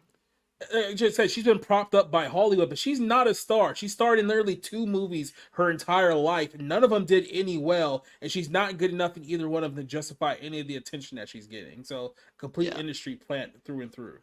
And I don't understand what's with pushing what's her fucking face, Jennifer Lawrence. Like, I mean, like, she's been in a few decent flicks, but I mean, like, you know, there's nothing really to write home about with her either. Like, what is this push, man? I don't get it. Yeah. Obviously this kind of started with her talking out of her ass and then falling back. Like, she actually said, yeah, you know, I kind of said something silly and whatnot. Even she, like, you know, decided to fall back on her original statement with, like, her character Katniss, I guess, being like the first fucking female in film in cinematic history, just some bullshit like that. And I guess Rachel Zegler just didn't get that memo of Lawrence falling back. The Well, way first, that go ahead. Go ahead, Orange. I love how she says, "Oh, I'm playing the first character, anti-establishment, anti-government." And it's like, well, yeah, there is Princess Leia. I mean, if you think about it, there's also Sarah Connor, because after the events of Terminator, she basically became anti-establishment, anti-government. I mean, she did try to blow shit up, and then she did blow shit up. But the amount of ignorance it takes to be, or an ego that it takes to make these mistakes, it really does point to a failure in society, because people are no longer being held accountable for what they say. I mean, they are so used to being behind a keyboard, behind a phone, behind a laptop or a computer, and saying all this dumb shit. And well, there's nobody around to just smack them upside the head and say, "Would you please think before you speak?" I mean, I know this is a new concept for one so young, but believe it or not, the reason why women suddenly had the ability to speak and be heard was because sometimes they actually said stuff that was pretty damn smart. But you are really doing a disservice to women because you're just speaking and, well, you're not really thinking. And I'm not saying that in any sexist way. I'm saying that from a historical context because, well, look at history. Anyway, as for her, when Ballad of Songbirds and Snakes comes out and flops, and after this attempt to correction, they're trying to, or with this whole Seven Dwarfs thing here, with all this going on, delaying it. Do you really think we are dumb, Disney? Do you really think that we don't know that you are delaying this movie so that you can A, not only try to pull a Sonic the Hedgehog, and B, hope to God we forget about Rachel Zegler's stupidity? Never going to happen. That's basically why they're delaying this movie a year. They're hoping that they can try to win back people. It's like, okay, we hear you. No. You heard us for years. You elected to ignore us. Just because you're going to try doing a course correction does not mean you're going to get the same respect that what's-his-name did doing Sonic the Hedgehog. He listened to fans, and he's like, okay, I will push my movie back. I will spend this extra money.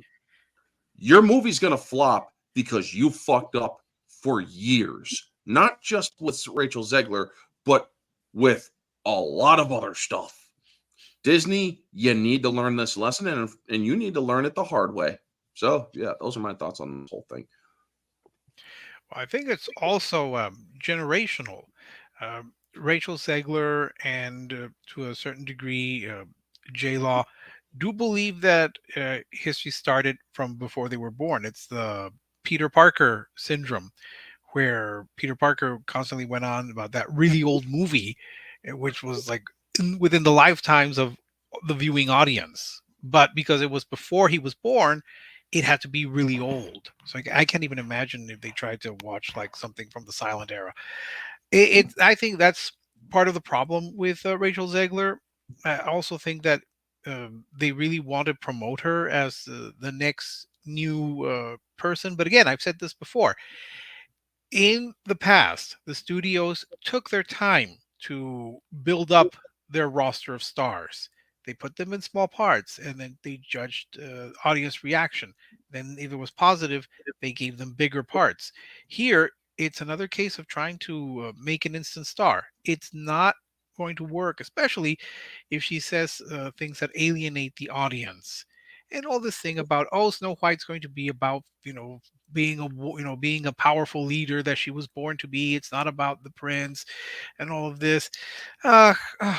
It's talking down to your audience, because I think that most little girls actually want to be romanced.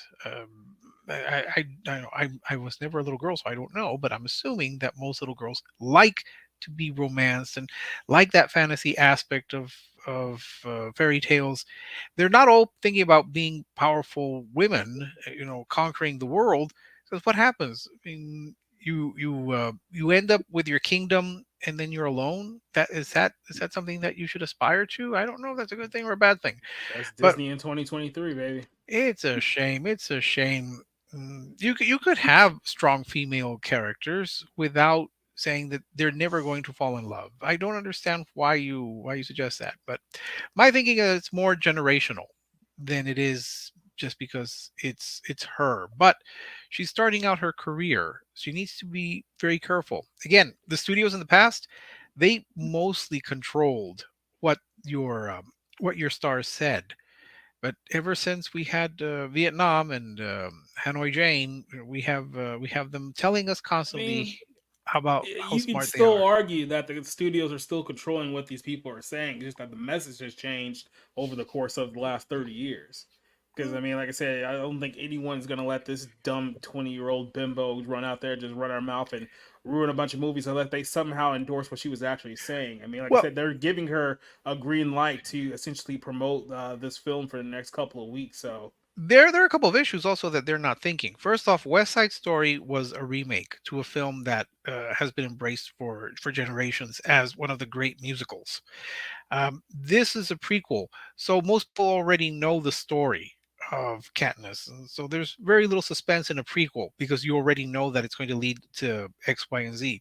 And Shazam 2, it was still bad, but she's not the sole reason for it. She just happened to be part of the reason for it. So, yeah, I mean, good luck to her career, but she all I needs to be have to careful. say is that Steven Spielberg has a poor reputation of trying to build stars, quote unquote. Like if he was a booker in pro wrestling, his two biggest flops at this point would be what, Shia LaBeouf and then this chick. No, So no, no. not a He great also fit. brought no. He also brought us all the Nechenreich, and he's made a comeback in Oppenheimer after he was not Solo. Johnson, what's your thoughts on Ziggler here? I can't even say ruining Disney and being all honest with you because they've done a lot of damage ourselves, but she definitely hasn't helped, right? I think she's an excellent candidate for the best TikTok actress out there. So there you go. I mean, she says stuff that gets her attention, and she looks, pretty enough while she's saying it. A lot of the younger generation will embrace her, and then she's saying the stuff that the older people that don't have children are like, yeah, I kind of agree with that. So I'm sorry. So I just think I think a lot more women should apologize for her on some level. We're not all like that. yeah, I mean, She should apologize to all women. Yeah, that's actually probably the better way of doing it, proper way of doing it. So only the non-bigoted women, because obviously the ones that have that internalized misogyny that they used to say, that basically women that don't agree with me, which would essentially be Johnson and Cassie. So, completely honest with ourselves here, but. And you got to throw in the fact that if you disagree with Cassie, it's also racist. Mm-hmm. Yeah, or at least halfway racist. We don't know. Well, with me, when anyone criticizes me, it's all racist because I'm evoking my Mexican privilege. To me, Rachel Zegler is like the embodiment of that bumper sticker that says like polite women don't make history. It's like you take advantage of so many women when you say that, because a lot of women are trying to make your life better by agreeing with you, are trying to do things that will make, like I said, make things better, whether it's trying to calm you down or just get you out of your bad mood. I mean, like a lot of women do this. I do this like every day on a regular basis. And yeah, I might never make history, but I'm also not going to be the one that's keying your car to get that bumper sticker off it. So all right, any final thoughts on the Rachel's? Keep bringing cats onto the show. Any thoughts on the Rachel Zegler show before we move on to our closer here? Closer. Can't wait for the next dumb thing. When people find out she's not woke enough, it'll be interesting. Anyway, so looking like that. Yeah, I mean, she already has this big of a head, accomplishing absolutely nothing. Then yeah, her downfall is not going to be pretty. Let's just put it that way. So, So now we're gonna go ahead and end the show on a review, and we're going to talk about here the South Park. Was it the what's the platform? Join the Paramount. Panderverse. I was looking for the platform's name, but yeah, joining of the Panderverse review here. So this is a little special that went viral over the internet over the weekend. A lot of people were talking about the clips because there was a lot of talks about Disney and Kathleen Kennedy and how Matt and Trey really went after these two. So I figured, you know what, this would be a good time to go and actually watch this thing and review it and talk about it in detail here. I've got a couple of people joining us here as well, and we also have somebody else joining us here for the purpose of this review. It is not Sonia. How's our good friend Nerdigans? How are you doing today? I'm doing okay. I'm trying not to get discouraged by all the fuckery going down against my people at the moment. It's very, very scary. Well, we'll talk about that another time because we're here to talk. Yeah, that's nah. I need something like this, especially between that and rent and all that. Yeah, I need something like this to get it off my mind. We're here to talk about the other two Jews, being Trey and Matt, and their show South Park here. It's all cats up. It's all cats in the middle, and then we had the kitty for Dwight Howard's kitty, and now more cats. We have the three people who actually wore somewhat a semblance of a costume. We have the three people playing with their cats. Then we have you, Rick. So that's the way I like to. Well, I mean, I don't need a costume. Mm-hmm. So let me ask you guys this question before we get started here. Now, South Park is one of these shows that has been on forever. I think its first season was 1998, so it's been 25 years since the show has been on the air. And when we talk about shows that have been on this long, we look at The Simpsons that has been on forever. I mean, Family Guy's had one hell of a long run. Do you think that out of all the shows that have had like 20 plus year runs, like this show is, that this one has held up the best out of all the other shows? Or do you think that this one has reached its peak already too? I guess we start off with Orange Hat. What's your general thoughts on current day South Park versus some of the other cartoon shows out there? Considering I hear more about South Park than I hear about The Simpsons and any other long-running show, I gotta say that South Park's probably doing a lot better than them. Although I don't watch South Park often. I saw the clip that we're going to be talking about, but other than that, last time I watched South Park was Bigger, Longer, and Uncut. So, yeah. That was a little bit ago, just a little bit of a while ago. Cider, what's kind of your thoughts on South Park? I think it's what you said. It survived. It did the best out of like The Simpsons and Family Guy to remain true to what its intentions were when it began, certainly. And because the original creators haven't been like bought out, I guess, best way to put it, they're still able to deliver the content that made them famous way back in the 90s, just as they did with the Panderverse. So. Mm-hmm. Just a quick show of hands, real quick. Who here has actually seen this movie that we're going to talk about here? I'm assuming mostly everyone here has seen it. This was my first full episode. I saw the clip. I saw the clip. That's about it. I haven't seen a South Park episode since that Christmas special where Kenny was the only one who lived. Oh, all right then. Well, we can go ahead and get rid of the dead meat here, and then we can go on and move on with our show. So, here's a quick little notion by Neozoic here. It says, how would you compare joining the Panderverse to the Coast Povus special? We'll probably answer that one towards the end of the show, so we'll come back to this one here. So the whole idea of this special joining the Panderverse here is that you essentially have two kind of storylines here going here. You have essentially an A plot and a B plot. So this is really just more of an extended episode of South Park here, but kind of the core episode is that one day Cartman wakes up and he realizes that his entire life has been recast by women of color. Like everywhere in the entire South Park universe has all been recast with either brown or black women, and he says that something's going on here, that Kathleen Kennedy has to be behind this, just like she's ruined Star Wars and all this old stuff. So the running gag here throughout the course of the A plot is that, like I said, everyone has been recast by a woke diverse counterpart, which is pretty much exactly what Disney is doing like right now. I mean, I noticed this back with what was it, The Last Jedi. I remember watching like the first few minutes of The Last Jedi and thinking to myself, there sure are a lot of women here on this this fighting force here that are getting blown the F out by the Empire here. Maybe this is the reason why we're losing, but this has been Kathleen Kennedy's agenda here for the last several years. It's becoming so noticeable now, no one can deny it. They're essentially taking an already established franchise in Star Wars and making it a brand for women. So all the focus on a lot of these projects have been on majority women, especially majority white women. More woke counterparts have been introduced throughout the course of this whole thing. And you have to look back at when Trey and Matt did their first spoof on Disney and Star Wars back in was like 2008, I want to say, because that was around the last Indiana Jones movie that came out, and they were obviously, you could tell that they're very passionate Indiana Jones fans. They did not like the way that Indiana Jones was portrayed in that movie that came out with Shia LaBeouf years and years ago. So I can only imagine things haven't exactly gotten better during that time period. So to see what's happened with like Star Wars, it's a very, very easy very easy target to make here. But this whole episode, this whole show here is basically lampooning the diversity quotas, the diversity characters, Kathleen Kennedy and her entire agenda, the fact that Disney stock prices is plummeting at the seams right now. And I gotta be honest with you, even though that's part of it is entertaining, I actually think the B plot of this episode is far funnier than the A plot. If you guys don't know what the B plot of this one is,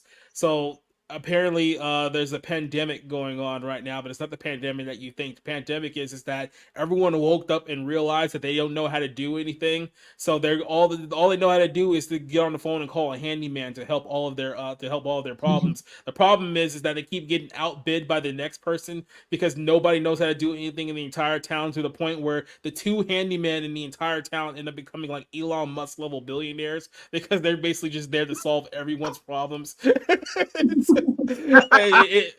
Like I said, it all started off with Randy trying to get his kitchen oven. It was his oven door fixed. His oven fixed, and he comes in. And it's like, no, I'm gonna have to go to Home Depot to get more parts, but I'm gonna have to come back in 2 weeks. It's like, why are you coming back in 2 weeks? Oh, because somebody else is paying me a job that pays me way more than this.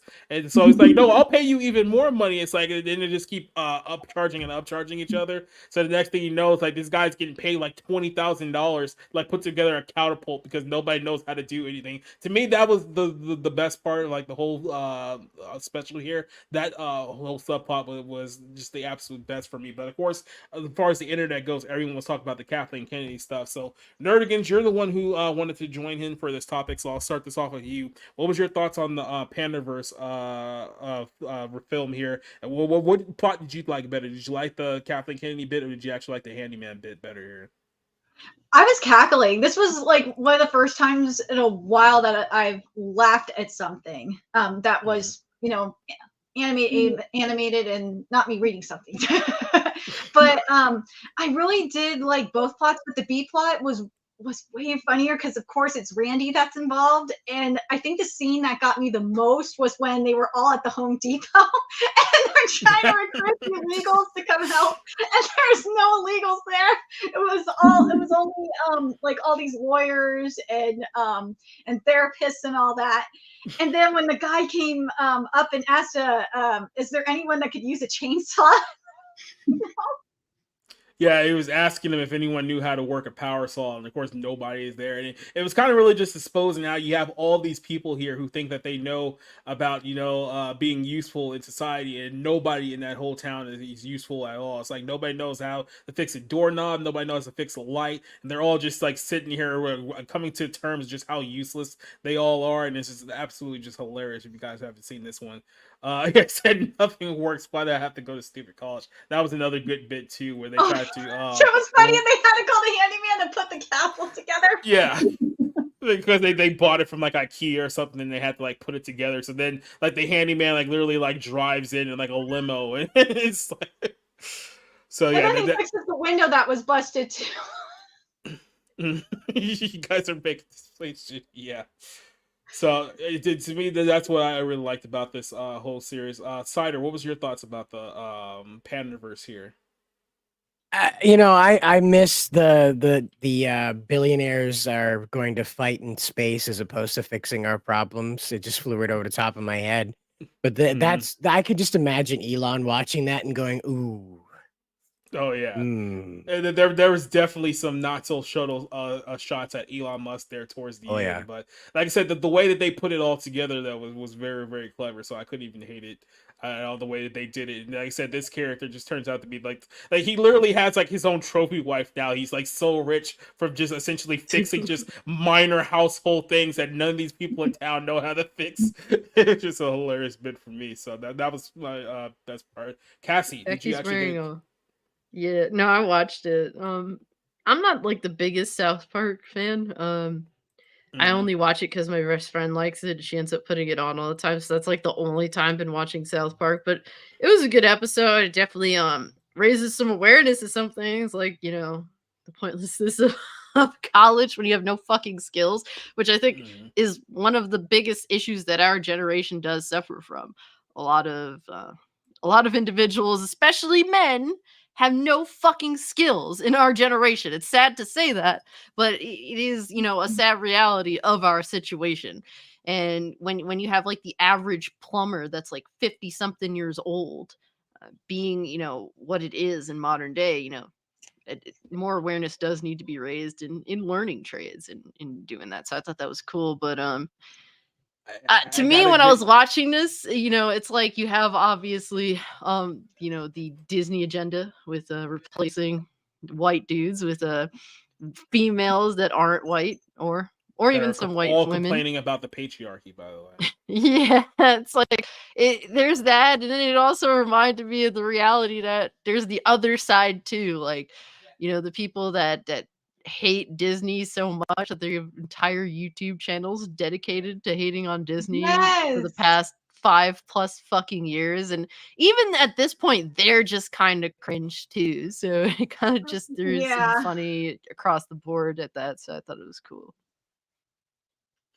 But I do want to mention this too, and I know we'll get to it later. But Randy going through all those multiverses, saying Yeah. he got a Ravens fan and a Chiefs fan.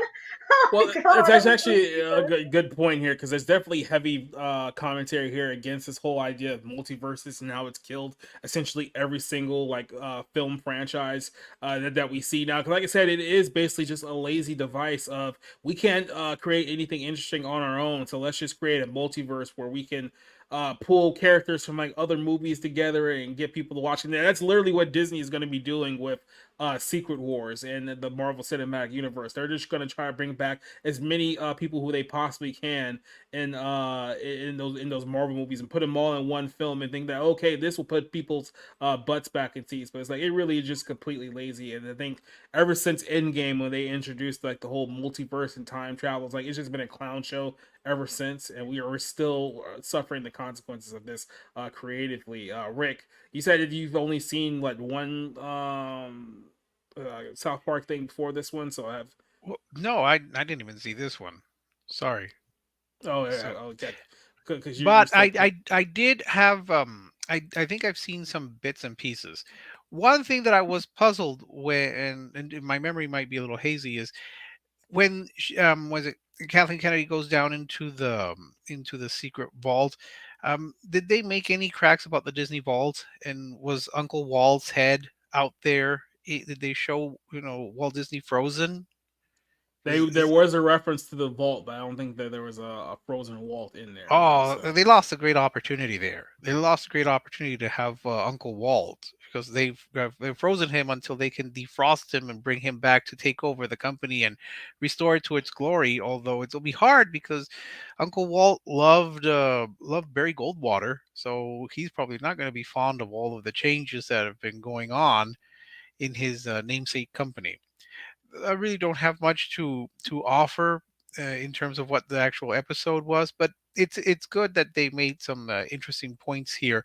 You can't just exchange a character. You can't make a character, create him or her in one race or one gender, and then switch it to please this fandom audience, and then expect, oh, we're going to get the exact same result.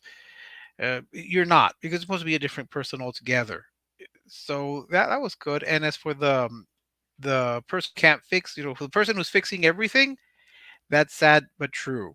Because there are so many people here who just, I probably know, I wish they would bring back home ec and shop. I would have women do shop. I would have men doing home ec classes because it would be good to learn how to do this. You need to learn how to function on your own. I've learned this the very hard way, but I don't have much to offer in terms of the actual episode. But it looks interesting though. Imagine if we all took mechanics class in high school and how much money we can save just off of car repairs. We don't have to call and get a real man to do it all for us here. But there's another thing with like the whole like setup of this whole Panda thing, especially with like the Disney side of it. And it's like I said, it is focused a lot on Kathleen Kennedy. I think a lot of people who are upset, it's like, well, how come you didn't lampoon Bob Iger and Kevin Feige? It's like, well, I mean, I did kind of lampoon by Iger a little bit here, but I'm pretty sure that there's going to be a future episode on the whole Marvel thing. Then again, they have kind of touched up on the whole superhero craze over the time as well. So it's like they haven't already talked about that. I think people were just like, oh, why is everyone picking on Kathleen Kennedy? Because she's a woman. So it's like they're essentially just making the same point that the show is making here about how everything's about victimization of women and stuff like that. But I think with this one, a lot of people forget too is that I think they did try to do a somewhat good job of trying to, I guess, hit on both sides, because the whole conflict here is that the whole reason why all of this is happening is because Kathleen Kennedy's been in a fight with Eric Cartman this entire time, because Cartman keeps writing her like very hateful letters about ruining all of his favorite franchises. So as a result, Kathleen Kennedy has to go to the Panderverse and pander even harder because she's just trying to spite Cartman. So it's like this whole thing is just a relationship of like one person trying to spite the other, and everyone's just like losing as a result of this whole thing. But is that interesting though? That when was it when Velma premiered, their trailer had Velma write a letter talking about how awful they were for changing the characters, race and gender and all that, and here's South Park literally doing what Velma was doing. Yeah, but it didn't. Like difference is Matt. Hold on. Difference is Matt and Trey can do it better, and also what they've said in interviews is that how they write every episode, they write it as if it was going to be the final episode of South Park. That's how they do it in the writers' room. Mm-hmm. Like I said, everyone leaves.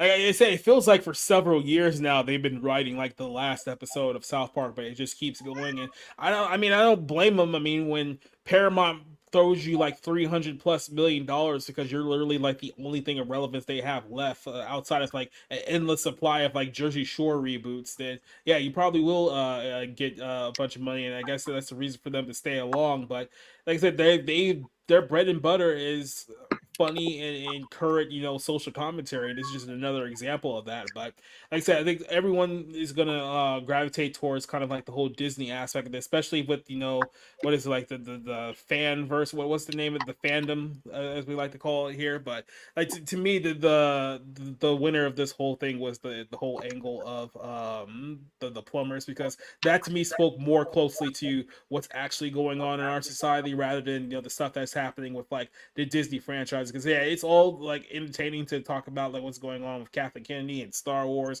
and Marvel, but I think that there was a more deeper story that would actually kind of hit home with a lot of people with that one, and it was actually done in a very, very funny way too. So for that whole subplot to be the B subplot and to be far better than what they were expecting, I actually had to give them kudos for that one. That was my biggest draw, and the whole thing was the Randy Marsh storyline. So I don't know how you guys felt about that. So if anyone wanted to talk about this film, you can go ahead and get your final thoughts here.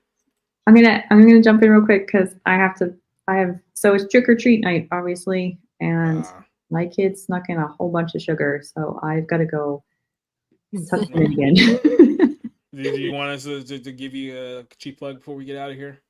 Oh, it's okay. Don't worry about that. But I thought so I've never actually seen a South Park episode before this one, so. Yeah. And it was funny, and it was good at critiquing things in a meta commentary sort of way. The writing was a little bit disjointed. Just notice it. It's like one plot has very little to do with the other. There's some points of overlap that could have been better. Sorry. Other than that, I thought it was funny. You're right. The AI stuff is probably a little bit more concerning than the Disney stuff, but that's how society kind of functions. Is that you have your blue collar and then your white collar stuff. And we've got the reality, the nitty gritty reality part, and the high fantasy. We have My Kitty. cat wants to say hi. Yes. Yay. So you're gonna have some differing opinions. I did think it was funny in some parts. So thank you for writing the episode, Mr. Mr. whoever you are. So that's all I have. So. Not very useful. Adios, CJ. Thanks for joining us, and go get All right. those Reese's Bye, Pieces friends. hyped up kids. Bye. Yes. But I mean, so overall, it was pretty witty. I appreciated the episode. I thought it was good. It's one of those things where, I mean, yeah, South Park has been around for a really long time, but I mean, look at its competition. It is eating shit. So I don't blame them for staying around. I mean, as long as everything else continues to be dog shit, and South Park creators try at least, somewhat hard. They actually try. Yeah, they're gonna get over it, and they should, because at least they're still managing to be witty after all these years. They still have something new to say. It's very entertaining, and I could, while I've never necessarily been a South Park fan, I mean, I got into Family Guy for a little bit when I was a kid, and my show was Futurama, so that was my go-to. Everything else I kind of just didn't care about very much. But I must say, like, South Park is, I understand why they have such a prominence in pop culture, and they still do a pretty decent job at it. I do want to mention this because this is something you guys should look out for, is these Zoomer South Park fans. Oh my God, they are so stupid. They say that Cartman is an ally, that he's not racist or homophobic. I'm like, what are you talking about? The rest of the South Park fans just there's jump a bunch in of and Rachel destroy Zeglers them. out there. Let's just put it that way. Oh, and then yeah, these Zoomers also talk about like some really old episodes of South Park and how offensive it is. I'm like, dude, what is? That's the whole point of South Park in the first place. Why are you watching it? Yeah. Yeah, because Gotta people are bitch just and whine dumb about and they don't something. understand. Gotta ruin someone's fun, right? That's pretty much how it goes for these fucking clowns. Mhm. So I don't know if anyone here wants to kind of give like a letter grade or a final thoughts here, but it's hard to grade like a special because, like I said, it's only about 50 minutes long and it's entirely, so it's not like a full-fledged movie. But I thought it was a pretty good bit for what it was. Like I said, I think you had pretty much your internet viral side with the whole Kathleen Kennedy thing, which, I mean, it worked as a marketing ploy. I mean, it got the attention that people were actually going to give it a shot and see exactly like what it was. So I think in that part it worked perfectly. Then you actually did get a pretty good bit out of this. It shows that the writers of South Park, whether you can claim if they were as good as they were 5-10 years ago, they can still play, that they can be very, very good and very, very witty given the right material. And I think this one proved it here. So I would definitely say check this one out. I can't give it a full grade given this context, but if you'd say and watch it or skip it, I would say watch it just for the fact of it. So that's probably the best grade I can give it here. Cider, what do you think? Honestly, I think it's a 3 out of 5. I don't think it's a slam dunk because, again, everybody has room for improvement. But I think this is probably the best kind of stuff you could expect out of like any critique of modern media. You're probably not going to get anything as close to this, maybe for the next 10 years. You might be lucky if the Zoomers decide to lampoon all this crap or just forget about it. I don't know. But this is probably the closest thing to any kind of parody of modern society you're going to get for a while. So I'll give it a 3 out of 5. I don't see where it could really home run it. But the biggest thing that was a big detractor, in my opinion, was the fact that they just didn't really grab on to the root source of the problem. It was always this, the stone was the issue, not what the stone was in reality or what it represented in reality. It was just this fictitious thing that made all of her things possible. But we know what that stone really is. That's black rock. And they needed to really get that point across that what was in that stone was demons named Larry Fink. Yes. That's me. That is amazing, actually. Right. That's just me, though. I'm sure they're trying to avoid at least, some legal Right. ramifications. It's probably Can't go that grandma deep. that They did might get that. assassinated.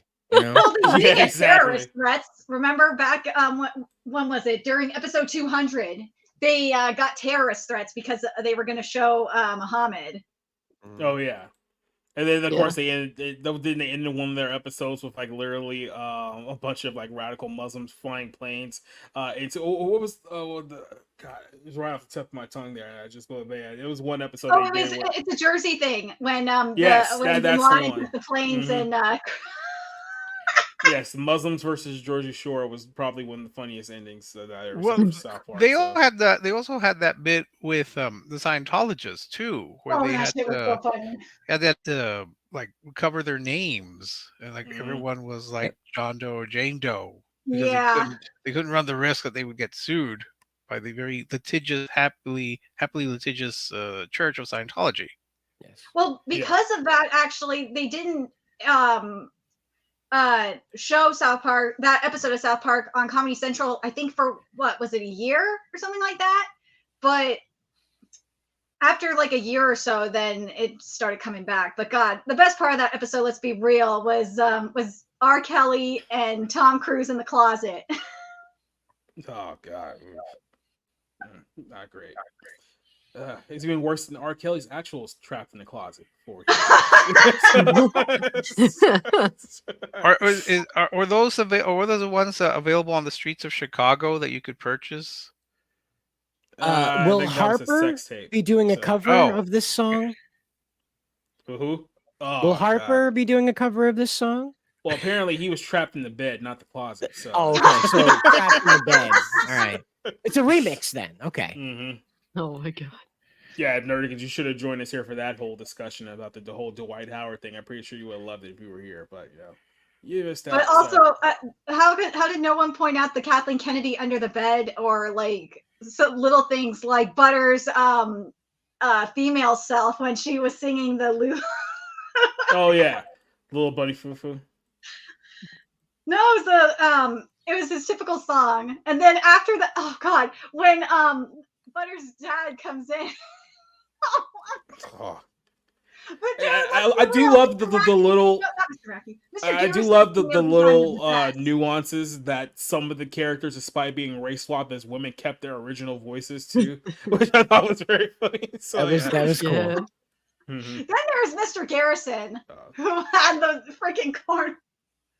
Oh God, yeah. Like I said, it's definitely one I would recommend you guys checking out if you haven't checked it out already. So you'll find a little bit of entertainment value to go along with it. But yeah, I think generally thumbs up from everyone who has seen it, except for Rick because he doesn't count. Solid thumbs up. Yeah, All right, I would well, say. I'll go I'd say ahead and see it. Yeah, Sorry, you Ricky, have, go. yeah, you have to go get Paramount Plus or whatever the case. Oh is. golly, no, I'm not gonna. No, spend you that don't. money. No, you No, don't. you can watch it on Comedy Central's website. Mm-hmm. Oh, okay. All righty. I'll Watch make it a note on of that. a website, which is what I did.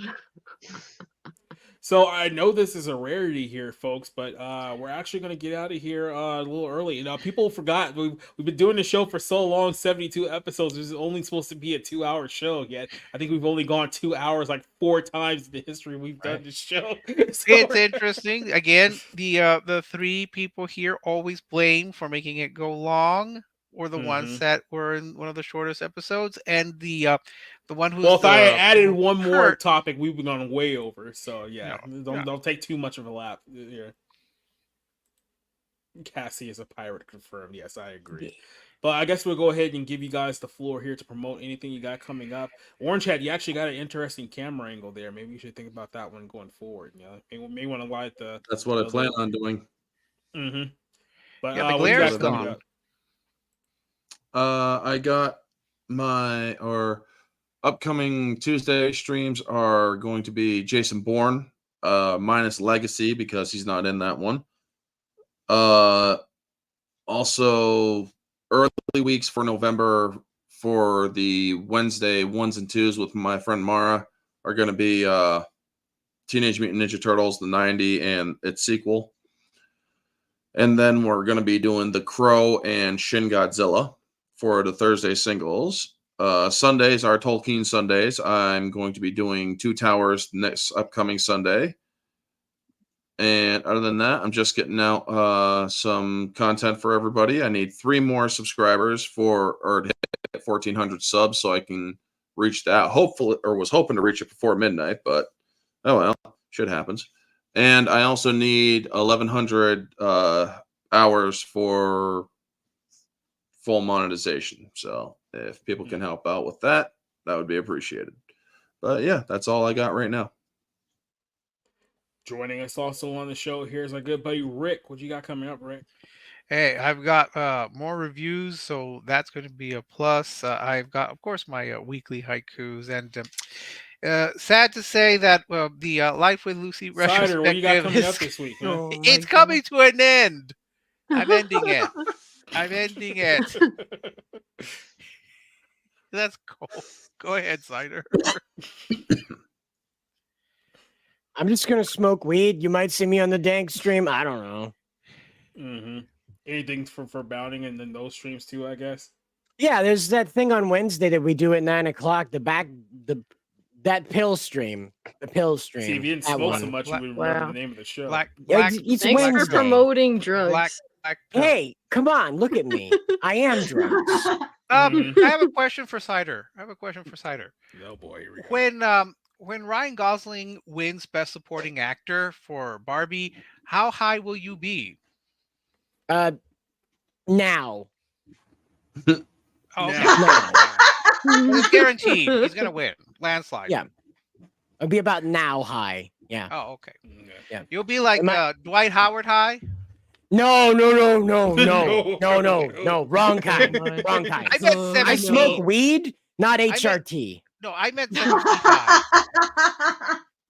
I don't know what kind of high you were thinking. Yeah, let's move on from that whole conversation. Nerdigans, how you doing? What do you got coming up?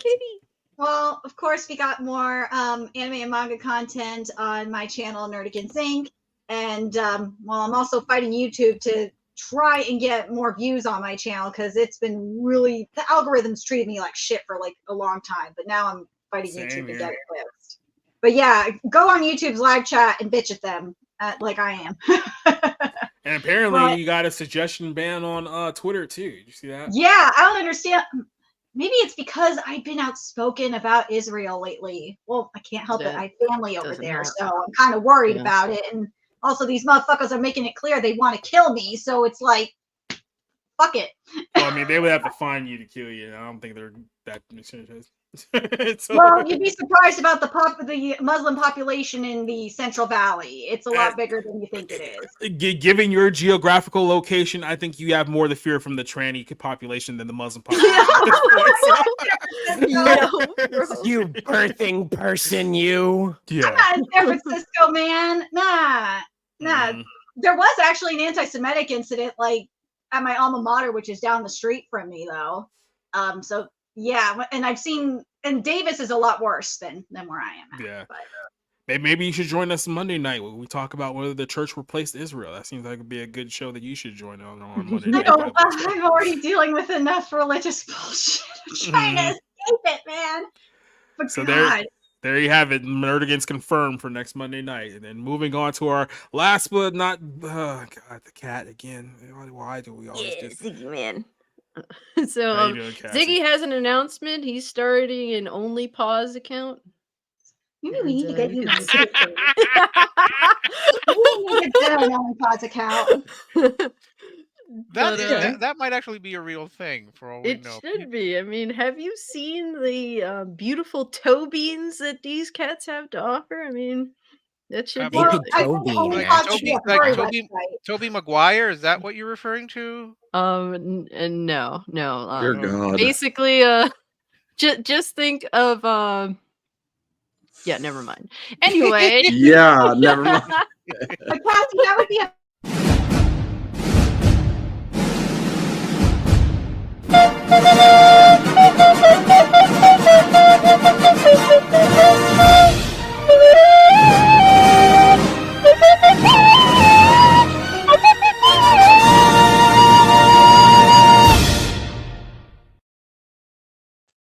So Cassie, what you got coming up? So I think Michael Myers is about to end my suffering fairly shortly, as he's right there. But I have no idea what I have coming up besides maybe a Starfield review because I've spent over a month and a half playing this game and I'm at the very, very end of it and I purposely just don't want it to end. So that's been a thing. But I just streamed RoboCop. If you guys are interested to see the new RoboCop game, I was streaming it if you want to check that out. And yeah, it's been a fun time. Happy Halloween, everyone. Hope you guys don't eat too much candy. Obviously, indulge, but not overindulge. And thank you for having me, as always. All right, then letting you guys know what we got coming up on the stream later this week.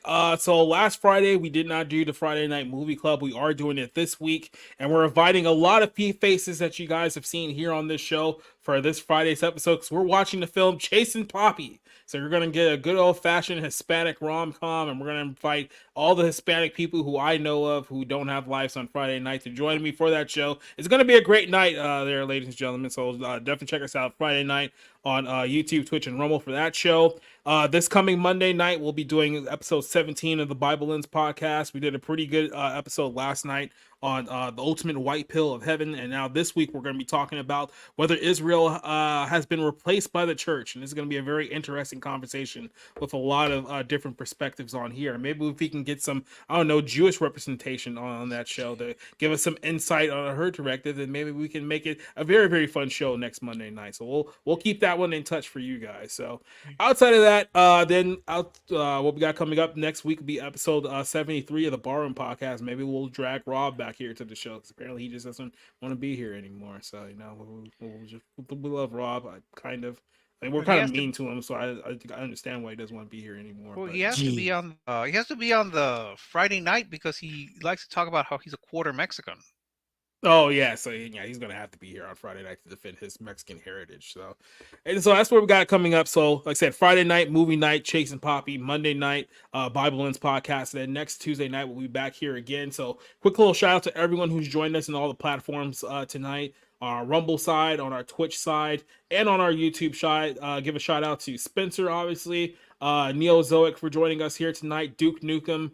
We have Kate, JEC, Doba Fett.